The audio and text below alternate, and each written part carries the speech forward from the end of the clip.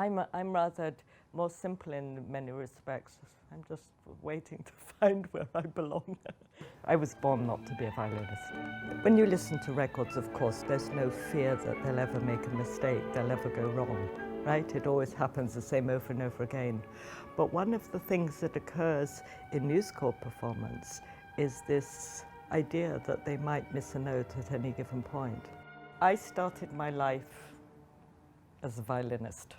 I mean really early, about 4.5 years old. And I played and played. I was very disciplined, as I am actually in philosophy, and I played my scales every single day.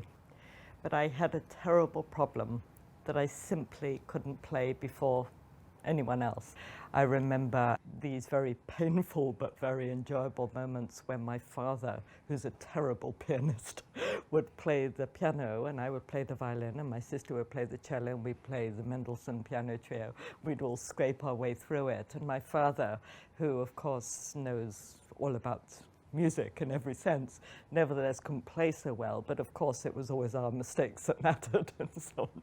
But those were times when there was a sense of music making in the family that was, I remember, with some sense of enjoyment, even though I think it was hell. I mean, I always say my home is where my violin is. And remember, this is an unplayed violin. I mean, Adorno puts it in terms of, is experience possible anymore? Do we actually have experience of this, or do we live with a kind of feeling of lost experience all the time? We're always searching for experience. About 10 years ago, when I was in Berlin for a year, I found all my family documents in an archive in Berlin through a mad, crazy series of events. Found everything.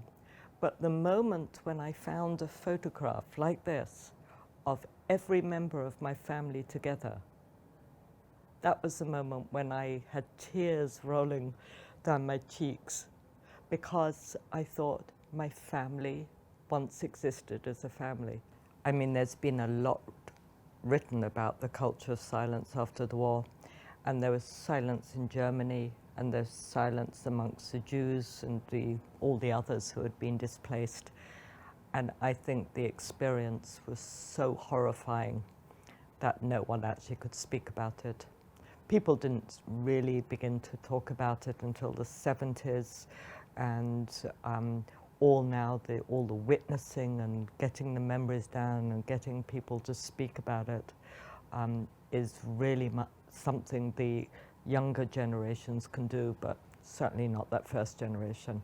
My family once existed as a family, and I had this incredible nostalgia suddenly for Berlin. Unbelievable. It was really terrible.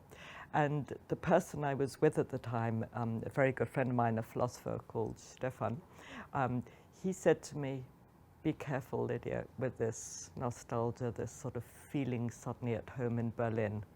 And he took me for a drive from the archive towards a train station called Grunewald S-Bahn. And we walked into the train station, up the stairs, and there's something called Gleis 17, platform 17. And there are listed, by number, 1,000 Jews deported on this day.